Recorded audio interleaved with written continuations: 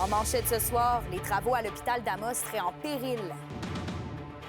Le projet retardé en raison des compressions budgétaires en santé. Des commerces de proximité de Rouyn-Noranda demandent du financement du gouvernement pour leur vitalité. Maison Nordique est en pleine expansion. Ça assure l'avenir de Maison Nordique. C'est de la continuité, on prend des parts de marché.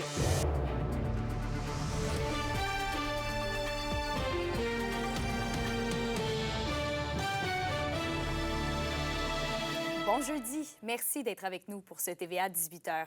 Ça devrait prendre encore du temps avant de voir l'agrandissement et la réfection de l'hôpital d'Amos. Le quotidien La Presse dévoilait hier une liste de projets qui pourraient être reportés en raison des compressions budgétaires. Et Alexis, l'hôpital d'Amos en faisait partie. Oui, parce que rappelons que ça fait depuis 2019 qu'on avait annoncé le projet d'agrandissement de la salle d'attente ainsi que de la création d'un bloc opératoire ici à l'hôpital d'Amos. Et pourtant, 6 ans plus tard, bien, il n'y a aucun travaux qui sont entamés pour le moment. Ce que me disait le porte-parole du comité de suivi pour le projet, François Lemire, bon, c'est qu'ils n'ont pas nécessairement eu d'écho de leur côté que le projet de l'hôpital d'Amos serait nécessairement reporté. On mentionne que oui, il y aurait potentiellement des reports dans 32 projets, mais pour l'instant, à Amos, on n'a pas encore eu cette information. C'est certain que c'est inquiétant de savoir que plusieurs projets pourraient être reportés, c'est ce qu'elle me disait, mais il préfère quand même garder espoir que le tout va se concrétiser prochainement. On l'écoute. C'est certain que ce dossier-là est excessivement important. À notre sens, il est prioritaire à beaucoup d'autres. On a beau parler de Maisonneuve-Rosemont à l'extérieur et de tout ce qu'on veut dans d'autres endroits, mais je pense que notre centre, à nous, a une particularité qui est excessivement importante et qui a nécessairement entré à l'oreille du ministère, du ministre et aussi du premier ministre. Moi, je suis convaincu qu'on s'en va vers une solution acceptable, là. Et je rappelle quand même aux gens qui miliaient que ce projet, bien, il est important pour la ville d'Amos afin de pouvoir offrir un service qui est accessible en région sans devoir bifurquer ailleurs au Québec, en Outaouais, à Montréal, bref, etc. Donc, c'est quand même quelque chose qui est important. Rappelons qu'en janvier dernier, il y avait une pétition qui avait été signée dans laquelle on avait eu plus de 20 000 signatures qui avaient été recueillies. Le projet qui devait passer au Conseil des ministres en juin dernier, finalement, avait été reporté en août. Depuis, toujours aucune nouvelle. Mais François Lemire le mentionne et le réitère, c'est un projet qui est important. On le réécoute d'ailleurs. Ce dossier-là est excessivement important pour la région, la ville d'Amos, c'est sûr, mais pour la région aussi, parce que c'est le centre de traumatologie. Il y a des spécialités ici qui ne sont pas dispensées ailleurs. Alors, si jamais la construction ne se fait pas, ça sera difficile de recruter des nouveaux spécialistes parce que ceux qui sont en place présentement s'en vont vers la retraite. Et il faut nécessairement offrir aux nouveaux spécialistes un lieu de travail avec des outils de travail à la fine pointe. Donc, je le rappelle qu'il n'y a aucun report de confirmé pour l'instant. D'ailleurs, dans l'article de la presse, on mentionnait que la PDG du CIS était toujours en attente de réponse et en ce sens, la ville d'Amos ainsi que la députée d'Abitibi-Ouest n'ont pas voulu commenter le dossier pour le moment. Merci, Alexis. Alors que des dépanneurs et des petites épiceries de la région ont récemment obtenu une aide financière du gouvernement, les commerces de proximité de Rouyn-Noranda, eux, ont été exclus du programme. Olivier Morin fait le point sur la situation. Récemment, Québec octroyait près de 6 000 $ à 7 commerces de proximité dans les localités rurales au Témiscamingue et en Abitibi-Ouest, et ce, pour assurer leur avenir. Mais rien pour Rouyn-Noranda, puisque les secteurs à l'extérieur du centre urbain ne sont pas admissibles aux subventions provenant du programme de fonds des régions. Quand on est allé là, c'est là qu'on s'est rendu compte que le programme, comme beaucoup de programmes puis pour lesquels Rouyn-Noranda doit se battre, le programme, un des critères, c'est la population. Puis le programme s'appliquait pour les municipalités de moins de 5 000 habitants. Ce commerce de proximité situé dans le quartier Arnfield à Rouyn-Noranda espère obtenir des subventions pour assurer son futur. Donc, en fait, à court terme, nous, ce qu'on souhaite réaliser, c'est la rénovation de notre site pétrolier. Ça va être une démarche qui va devenir réglementaire dans les prochaines années également. Donc, la possibilité pour nous d'avoir accès à un fonds comme le Fonds des régions dans le volet services de proximité, ça serait vraiment important pour nous. Ça nous permettrait de moins fragiliser l'entreprise dans la réalisation de ce grand projet-là. La mairesse de Rouyn-Noranda concentre, elle aussi, ses efforts pour obtenir de l'argent. Clairement qu'on adresse une demande de revoir ces critères d'admissibilité-là parce que ça ne fait aucun sens avec la réalité de la ville immersive de Rouyn-Noranda. Alors, la semaine prochaine, on a des rencontres à Québec et nous allons nommer vraiment cette demande-là à la ministre parce que c'est clairement, il y a lieu de corriger. Le député Daniel Bernard assure continuer de mettre de la pression auprès de la ministre des Affaires municipales pour que Rouyn-Noranda ait accès au programme. On se bat souvent avec ça. Les ministères font des programmes, puis ils font sur une base de population, puis Rouyn-Noranda est tout le temps pénalisé. Véronique Marseille espère que son commerce, comme d'autres ailleurs, puisse traverser les années. Bien, c'est important pour les quartiers ruraux de conserver le commerce qui offre des services de proximité. Olivier Morin, RNC Nouvelles, Rouyn-Noranda. Vos réponses à la question du jour TVA. Une présentation de la Clinique infirmière Nord-Ouest partout dans la région. Nous vous offrons des consultations rapides avec des infirmières et infirmières praticiennes spécialisées et un nouveau service de téléconsultation. Contactez-nous pour plus d'informations ou visitez notre site Web. Et à la question du jour, on vous demandait « Encouragez-vous les commerces des petites localités? » Vous avez répondu oui à 95 %.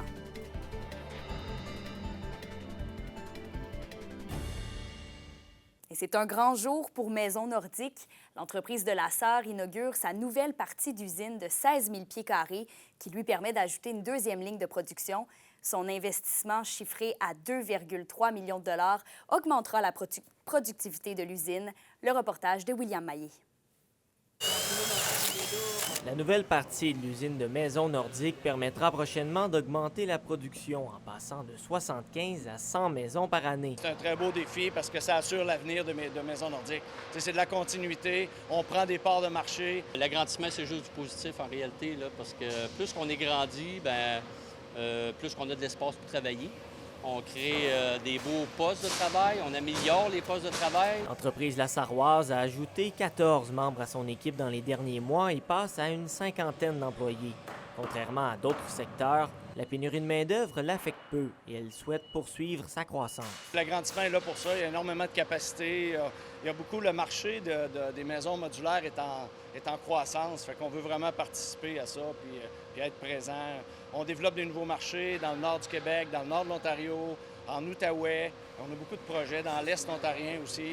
On va la livrer comme ça. Maison Nordique conçoit de A à Z leurs habitations. Et pour répondre à la crise du logement, ils se sont lancés dans la construction de multi-logements. Les logements, on a besoin, hein, on le sait tous. Fait que, pour pouvoir créer de plus en plus, on développe des lignes pour faire justement des multi-logements. On a fait un 12 logements à venir jusqu'à date. On a fait un 18 logements l'an passé. Puis cette année, on a des 4 logements dans notre carnet de commandes. Du duplex puis du triplex, on en fait déjà beaucoup. On en faisait dans le passé. Mais oui, c'est vraiment une partie de l'avenir de Maison Nordique. Le bois qui est utilisé pour bâtir les logements et maisons nordiques vient à 100 % du Québec et en grande majorité de l'Abitibi-Témiscamingue. Ça vient beaucoup des scieries alentours, des usines d'OSB alentours. Le LVL vient de Ville-Marie, le plus possible en région. Les retombées économiques locales des activités de Maison Nordique sont estimées à 8 millions de dollars par année. L'entreprise prévoit encore augmenter ce chiffre avec une hausse de 20 % de sa production cette année. William Maillé, RNC Nouvelles, à la Sarre. Et à Rouyn-Noranda, maintenant, il y a une diminution de l'arsenic dans l'air pour 2024.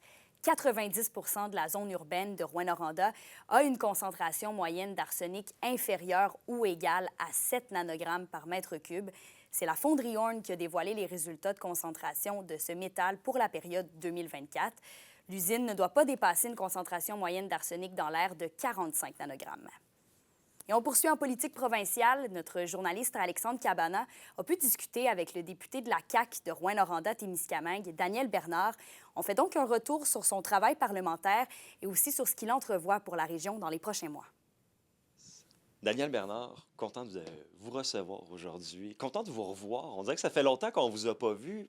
Premièrement, comment ça va? Il y a beaucoup de dossiers. On a beaucoup de demandes, beaucoup d'enjeux. Et honnêtement, quand je compare avec mes années antérieures, les dossiers sont beaucoup plus omniprésents et vraiment importants qu'ils pouvaient l'être à l'époque. Puis là, dans le contexte budgétaire actuel qu'on va vivre au gouvernement, il y a des choix qui vont être difficiles. Puis je me sens souvent impuissant parce que je me rends compte que je ne pourrais pas répondre à toutes les demandes puis répondre à toutes les attentes de la population. Les attentes sont légitimes, mais les besoins puis les ressources pour pouvoir tout répondre, c'est un enjeu. On les a pas toutes. Puis souvent, je ne te cacherai pas, ça m'affecte mon moral parce que les attentes sont là. Je suis élu pour aider la population, puis je ne suis pas capable de tout livrer. Là, récemment, vous êtes allé travailler beaucoup au Parlement. Est-ce que c'est là qu'on s'est rendu compte de la charge de travail, de peut-être le manque de moyens? Comment ça s'est passé, votre travail au Parlement? Ça avance souvent pas aussi vite qu'on voudrait. Malheureusement, mais c'est une réalité, c'est qu'on met de la pression et autres pour essayer de faire avancer les choses. Mais mon gouvernement pourrait mettre un petit peu plus de pression pour aider les régions. Parce que la dynamique qu'on vit puis laquelle on se bat tout le temps, mes collègues des régions puis nous autres ici, on n'est pas Montréal. La dernière fois que j'ai parlé avec M. Boulay, ministre responsable de la région, il m'a dit le Témiscamingue, en particulier, fait partie des priorités au gouvernement. Les choses avancent. Puis encore une fois, là, récemment, on a eu des échanges. Puis je suis optimiste. Puis ça, c'est vraiment, puis je le dis là, c'est vraiment important, rassurer les gens. On veut que cette usine-là reparte. Et en même temps, aussi, on parle de l'usine à Béarn, et aussi celle à Commonwealth Plywood à Belle-Terre. Il y a LVL. Qu'est-ce qui s'en vient que vous me dites, ah ça s'en vient, puis je vais travailler là-dessus? La mise en place de Santé Québec. L'organisme n'est vieux que de 4 mois, dans un contexte pas facile.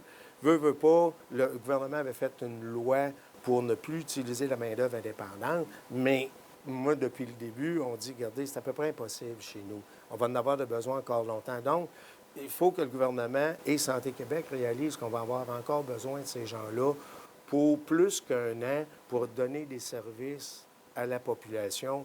La relocalisation des gens de la zone tampon. On a-t-il des nouvelles là-dessus? Il y a des choses qui s'avancent. Mardi prochain, on va être en commission parlementaire avec le projet de loi privé de la ville de Rouyn-Noranda pour qu'elle mette en place son programme d'aide. Donc, on passe à la prochaine étape la semaine prochaine. C'est qu'on travaille d'arrache-pied là-dessus. Beaucoup de dossiers, CNSST, avec mon personnel, l'immigration, comme je te disais, on a beaucoup d'enjeux. Donc, on a du pain sur la planche. D'ici à la fin du mandat, ça va être occupé, mais c'est pour ça que j'ai été élu, puis c'est pour ça que je suis revenu. Merci. Bien, merci pour votre travail. Bien, merci. Puis on ne lâche pas le travail. Merci beaucoup. Ça, c'est sûr. Merci, Alexandre. L'indice boursier minier au TVA Nouvelle 18h est une présentation de GFM Groupe Financier. Dirigeants d'entreprises et particuliers, fiez-vous aux experts de GFM pour vos placements, assurances de personnes et assurances collectives. Car pour vous, ils vont au-delà de la finance. Avec l'arrivée de Pâques, c'est certain que j'avais le goût de vous parler de chocolat, mais ces temps-ci, il y a un chocolat qui se démarque plus que les autres, c'est le fameux chocolat Dubaï. Restez là après la pause dans la chronique culturelle, je m'en vais chez Chocomango et on en fabrique ensemble. Les SADC de l'Abitibi-Témiscamingue et du nord du Québec vous présentent la bonne nouvelle économique TVA. Plus de 300 personnes se sont réunies pour la journée cabane à sucre à Matagami le dimanche 13 avril. En plus du brunch traditionnel, une variété d'animations était proposée pour les petits et les grands, incluant la traditionnelle tir sur la neige. Les bénéfices de l'activité organisée par le marché Tradition Matagami avec ses partenaires locaux seront remis à la Fondation Holo, qui œuvre afin que les enfants puissent acquérir de saines habitudes alimentaires. Les SADC, partenaires de l'économie de la région.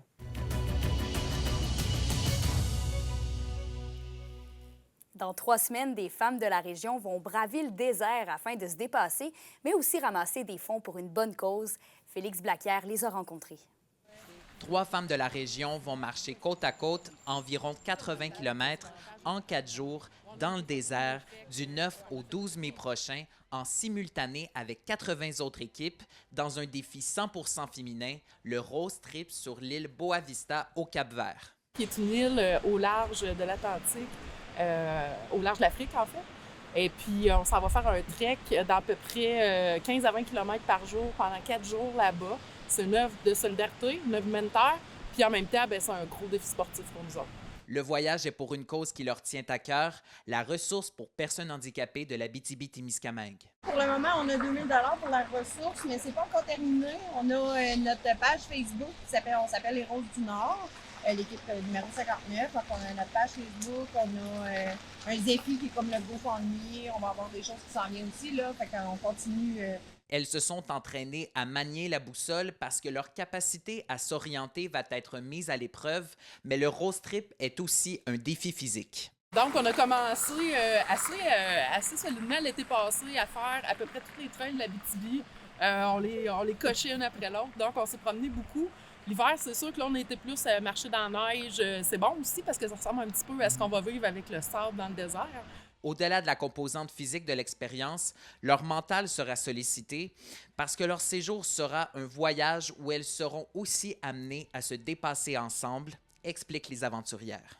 Quand on termine, puis qu'on a vraiment été jusqu'au bout, là, fait la plus belle émotion, là, en fait, c'est de dire qu'on a réussi malgré les obstacles, puis peu importe à combien on arrive, parce que c'est quand même une compétition sportive, c'est à trois aussi, là. Geneviève Marcotte s'envole dans seulement quelques jours afin de s'imprégner de l'endroit avant l'aventure, et ensuite ses deux acolytes viendront la rejoindre pour vivre le périple auquel elles se sont préparées depuis 1 an. Félix Blaquière, RNC Nouvelles, Val-d'Or. Et qui dit Pâques dit chocolat. Et vos enfants vous ont probablement parlé des chocolats Dubaï qui ont une énorme popularité sur les réseaux sociaux cette année. Eh bien, il y en a qui sont fabriqués ici, en région. Justine, notre chroniqueuse culturelle, a enfilé son tablier de chocolatière d'un jour pour aller en fabriquer à la chocolaterie Chocomango.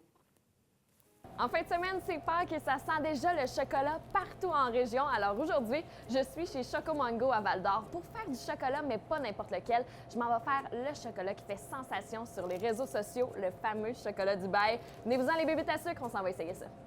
Alors, je suis avec la pro du chocolat à Chocomango ici à Val-d'Or, Olga Coronado. Alors, êtes-vous prête à me montrer comment faire les chocolats Dubaï? Mais oui, bien sûr, Justine. Parce qu'on le sait, les chocolats Dubaï, c'est viral sur les réseaux sociaux. Vous, qu'est-ce qui vous a donné l'idée de les faire ici à Val-d'Or? Mais il y a eu des clients qui me demandaient parce que c'est que... Oui, ils sont venus me demander si on faisait les chocolats Dubaï. J'ai dit non. Mais même la première fois, la personne me dit, tu ne connaissais pas les chocolats Dubaï? J'ai dit non, ça avait coûté une fortune. Mais ça fait quelques mois de ça. Après ça, ils ont continué la demande. Finalement, je me connectais avec l'académie et dit écoute, c'est quoi ce chocolat Dubaï? Dis-moi, c'est qu'il me dit tu vois la recette, Olga? Oui. Tu vois, Justine? C'est ça, la tablette. Et qu'on va la prendre, puis on va la mettre au frigo. On a goûté, on a fait quelques recettes. Oui. Puis finalement, on a dit non. Vous avez trouvé la recette parfaite? La recette parfaite. J'ai fait goûter à des gens, puis ils disent oui. Parce qu'on a goûté des autres, puis la tienne est vraiment bonne. Ah. C'est ça qu'on dit. La mienne, elle va être bonne aussi. Et la tienne va être excellente. La garniture aux pistaches, c'est quoi qu'on retrouve là-dedans? Ici, tu vois, c'est pistache. Mais le côté croquant, c'est le vermicelle de blé. Type arabe, on sait, qu'il appelle canoufa. Parce que le chocolat Dubaï, c'est surprenant un peu, mais c'est vraiment croustillant dedans. Oui, là. Ça fait crunch, exactement, crunch. Crunch. Oui, mais oui. c'est là la clé. La bonne tablette Dubaï est vraiment épais, comme ça ici. Mais la couche de chocolat, il doit être pas non plus très épais, parce que sinon, on croque plus dur que la tablette. Et depuis que vous avez commencé à faire des chocolats Dubaï, vous en faites combien par semaine environ? 150 tablettes par jour. 150 par jour? 150 tablettes par jour. Oh mon Dieu! Puis, cette fois ici, je dois avoir plus parce que Pâques s'en viennent. Ben oui. Puis les gens, ils disent, au lieu d'acheter une Coco Pack, on va donner la tablette... en cadeau. Ouais, un cadeau. Ça s'en vient. Oh non! Oh non! Tu rajoutes. OK. Je fais du dégât, là. On a nos chocolats Dubaï. Nos chocolats Dubaï. C'est excitant, ça! Alors, c'est enfin le moment de déboîter nos fameux chocolats Dubaï qu'on a fait tout ce matin, là. Est-ce qu'on est mieux de manger des chocolats Dubaï froids du frigo, sur le comptoir? Non, pas du tout. Sur le comptoir. Sur le comptoir. Ça, on va vous amener proche pour voir toute la magie qu'il y a là-dedans. Regardez ça. Toute la garniture. On voit vraiment les petits vermicelles croustillants. Là. Exactement. Et là, c'est le moment que j'attendais depuis que je suis arrivée ici. On y goûte? Chin-chin? Oui. Chin-chin?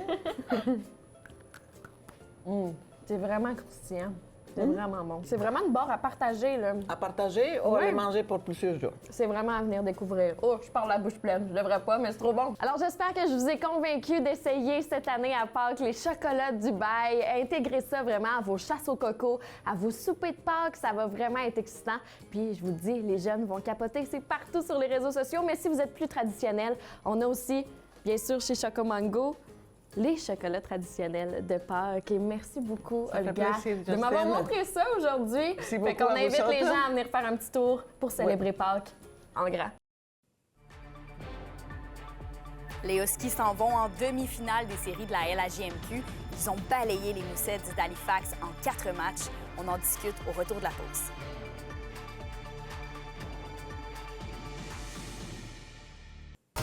Les sports vous sont présentés par Thibaut GA, votre concessionnaire de confiance à Rouyn-Noranda, là où qualité et choix se rencontrent.